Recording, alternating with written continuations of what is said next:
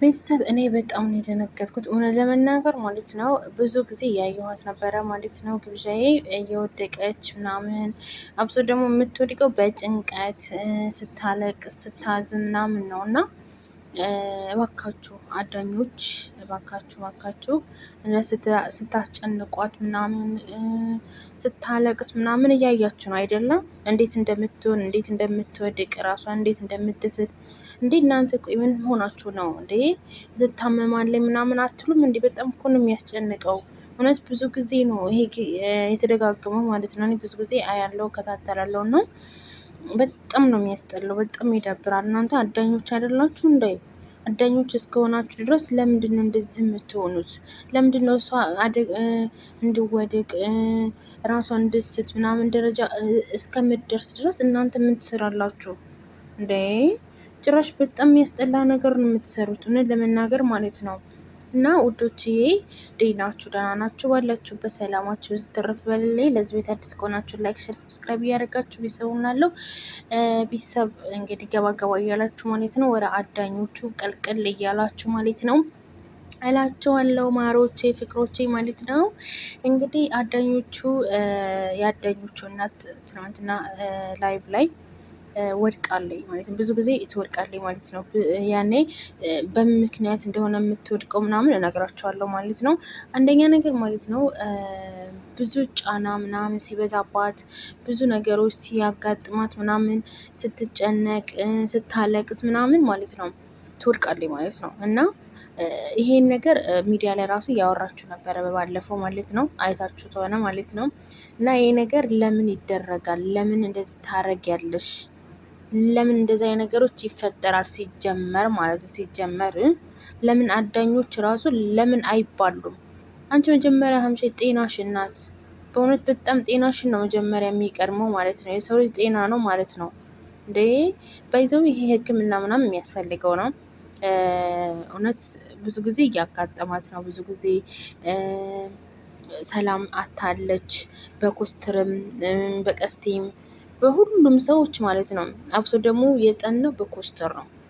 በኮስትር ምክንያት ነው ማለት ነው። በኮስትር ምክንያት ነው። ሁሉ ሰውም ኮስትር ተመጠ በኋላ ነው እንደዚህ ራሷን የምትስተው፣ ራሷን የምታለቅሰው፣ የምታዝነው፣ ራሷን የምትሆነው፣ ራሷ መሆን አችልም ምናምን ምናምን እያሉ ብዙ ሰዎች ያወሩ ነው ማለት ነው። ኮስትር ምንድን ነው? ወንድሟ አይደለ እንደ ማለት ብዙ ጊዜ የማየው ወንድሟ ነው ምናምን ወንድሜ ምናምን ስትል ነው የምሰማው። እና እሱም ደግሞ እህቴ ነው የሚላት። እና ግዴታ ግንኙነት ይኖራችሁ ነው ግዴታ እናጣምር ነው። እኔ እኮ የሚዲያ ሰው እኮ ቆይ እኔ ፍቅረኛ አላት አይደለ? ፍቅረኛ አላት አይደል? ስለዚህ ፍቅረኛ እንዳላት እያያችሁ ሌላ ሰው መመኘት ሼም ነው። በእውነት ይደብራል። ሼም ሆር ምላለ ሼም ሄር ነው። ሼም ሄር እንግሊዝኛ ጠፋብኝ ማለት ነው። እና እውነት ለመናገር ማለት ነው በጣም ነው የሚያሳዝነው። እንደዚህ ለእናንተ ብላ ብዙ ነገሮች አድርጋለች አዳኞቹ። እውነት ብዙ ነገሮች ማለት ነው። ቀላል ነገር አይደለም ያደረገችው። ዘፈን አወጣላችኋለች በዛ ዓለም ላይ ማለት ነው። እድለኛ የሆነው ማነው ብትባሉ እናንተ ናቸው አዳኞቹ። ለምን በጣም ትኮራባችኋለች። እውነት ለመናገር ግን ደግሞ እናንተ እንደ እሷ እንደምትኮራባችሁ እናንተ ግን በጣም ወረታች ዝቅ እያደረጋችኋት ነው፣ እያሰደባችኋት ነው። አደጋ ላይ እንድትደርስ እንድትወድቅ እንድትሰበር ምናምን እያደረጋችሁ እርስ በርስ እየተባላችሁ እርስ በርስ እየተጣላችሁ ምናምን ነው እውነት ለመናገር ማለት ነው። ይሄ ግልጽ ነው አይደለም? እና ይሄ ነገር ለእናንተ ተገቢ ነው ግን ማለት እናንተ መብታችሁ ነው ብትባሉ፣ ግን አሁን ላይ ጌም አላት። በዛ ላይ ደግሞ ራሷን ስትጨነቅ ስታለቅስ ምናምን ታውቃላችሁ።